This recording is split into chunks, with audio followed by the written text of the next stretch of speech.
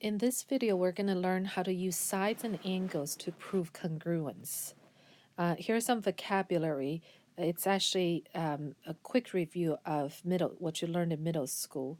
So it says that if I have a right triangle, these sides adjacent to the right angle, meaning these two blue sides, let me call them A and B, these are called a leg, whereas the red side, this one, I call it C, is the hypotenuse, and that's the opposite of the right angle.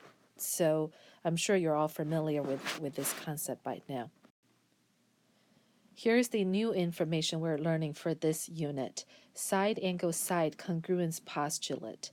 It says that if two sides and the included angle of one triangle is congruent to the two sides and the included angle of a second triangle, then the two triangles are congruent.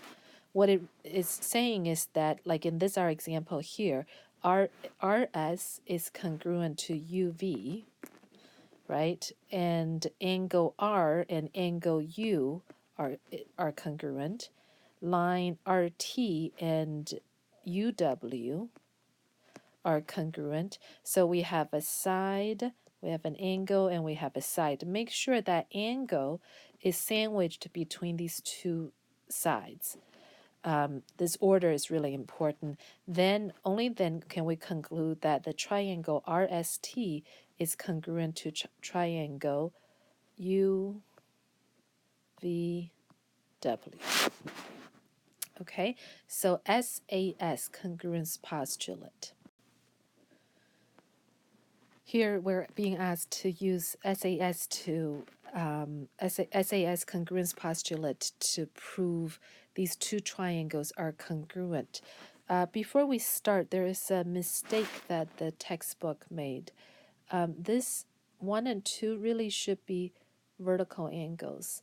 So this triangle LMN should be further up that way, so that 1 and 2, and here's my new 2, forms a vertical angle. And now I have everything I need to prove this. So let's see, how can I do this? What's my statement and what's my reasoning here? So what's given is that two lines, JN and LN, are congruent. KN and MN, two pairs are congruent lines, and these are given. And then, like I said earlier, after we made the correction, angle 1 and angle 2 are also congruent, and that's because it's vertical angles theorem. And now we have two lines and an angle is a sandwiched angle. Therefore, we can draw the conclusion that triangle JKN is congruent to triangle LMN, and that is SAS, SAS congruence postulate. Congruence postulate. Okay? Here's an example, a separate example. In the diagram, ABCD is a rectangle. Well, we like that. They always make life so much easier because of these right angles. What can you conclude about triangle ABC and CDA? I think it's asking us to see if they are congruent. So let's see. What can I conclude? I think by the right triangle, right angle congruence theorem, right? Which states that all right angles are congruent. I can draw the conclusion that B and D are congruent. And opposite sides of a rectangle are congruent. That's by definition. So I also can draw the conclusion that line AB and line CD, I don't see D, but I assume this corner is D. is congruent, and line AD and line BC are congruent. So if I have this and this being congruent, this and this being congruent, and the right angle are being sandwiched between these two, I can conclude that angle ABC is congruent to angles, triangle C, it would be CDA, right? CDA, and that's because of the SAS congruence postulate. Okay. In this diagram, A, B, C, D, and EF passes through the center M. So in other words, M is the midpoint of the circle. Of course, then M, all of these MD, MA, MB, MC, so on and so forth are radiuses as well. So that's hopefully going to be very useful. Also, angle 1, 2, 3, 4 are congruent angles. So now we have to prove DMY. DMY is here, is congruent to BMY. BMY is here. Okay? So let's see what we can do about this. What information can we gather and what can we derive out of this? If I want these two angles to be congruent, I already know 3 and 4 are congruent. Angle 3 and angle 4, that's going to be really handy. That's given. I also know that DM, like I said earlier, and BM both are radiuses. That's a D, by the way. Those are radius for the circle. So by the definition of a circle, all the radius are exactly the same length. So they're congruent. And they also share, these two shares a common side, MY. So MY is congruent to itself, and that's reflexive property of congruence. And so now we've got our two sides and this angle sandwiched in between. They're all congruent, and we can draw the conclusion that, yes, indeed, a triangle DMY is congruent to triangle BMY. Okay, and let's see, what can you conclude about line AC and BD? AC and BD. So I think I'll leave this one to you, but how I would approach it is I would probably, there are several ways of doing it.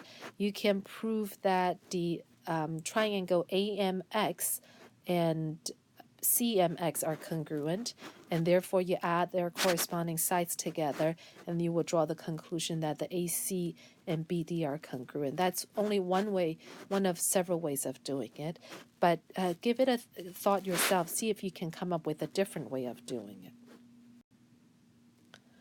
This is the last theorem of this unit, Hypotenuse-Leg congruence theorem, which says if the hypotenuse and leg of a right triangle are congruent to the hypotenuse and the leg of the second triangle, then the two triangles are, you guessed it, congruent.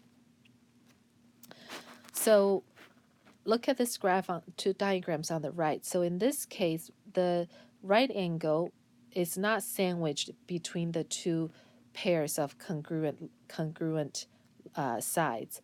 Rather, it's separated. So it goes from the hypotenuse, which is here first, and then goes to the leg, and then it goes to the angle. Rather than SAS, it's SSA, right? So, but this only applies to right angles. Let's see how we use this one. Write a proof given that AC and EC are congruent, and AB and BD is perpendicular with each other, and ED is perpendicular to BD as well. AC is a bisector, so that's my midpoint, and prove that these triangles are congruent with each other. So it sounds like we've got all the information we need. Let's see how we can lay this out nicely. So I've got my statement, I've got my reasons. My statement, let's start with what's given. So it says AC is congruent to EC. And then also AB is perpendicular to BD. ED is perpendicular to BD as well.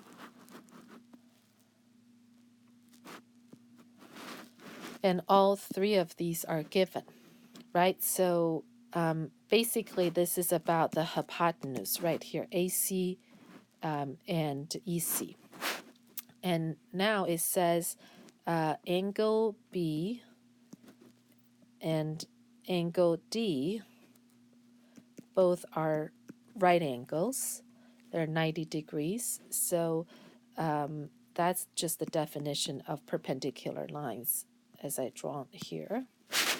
And so what else do I need? I also know that C is a bisector. C is the midpoint because AC is a bisector, and that's given. And so because of that, I can draw the conclusion up here. I will still have my two separate spaces. So I can draw the conclusion that BC is congruent to CD. And that is definition of segment bisector that we learned earlier, right? So now we've got, so look what we've got. We've got my hypotenuse and I've got my leg all to be congruent, and I've got my two right angles. So I can draw the conclusion that triangle ABC is congruent to triangle EDC. And that's the theorem that we just learned, which is the hypotenuse-leg congruence theorem.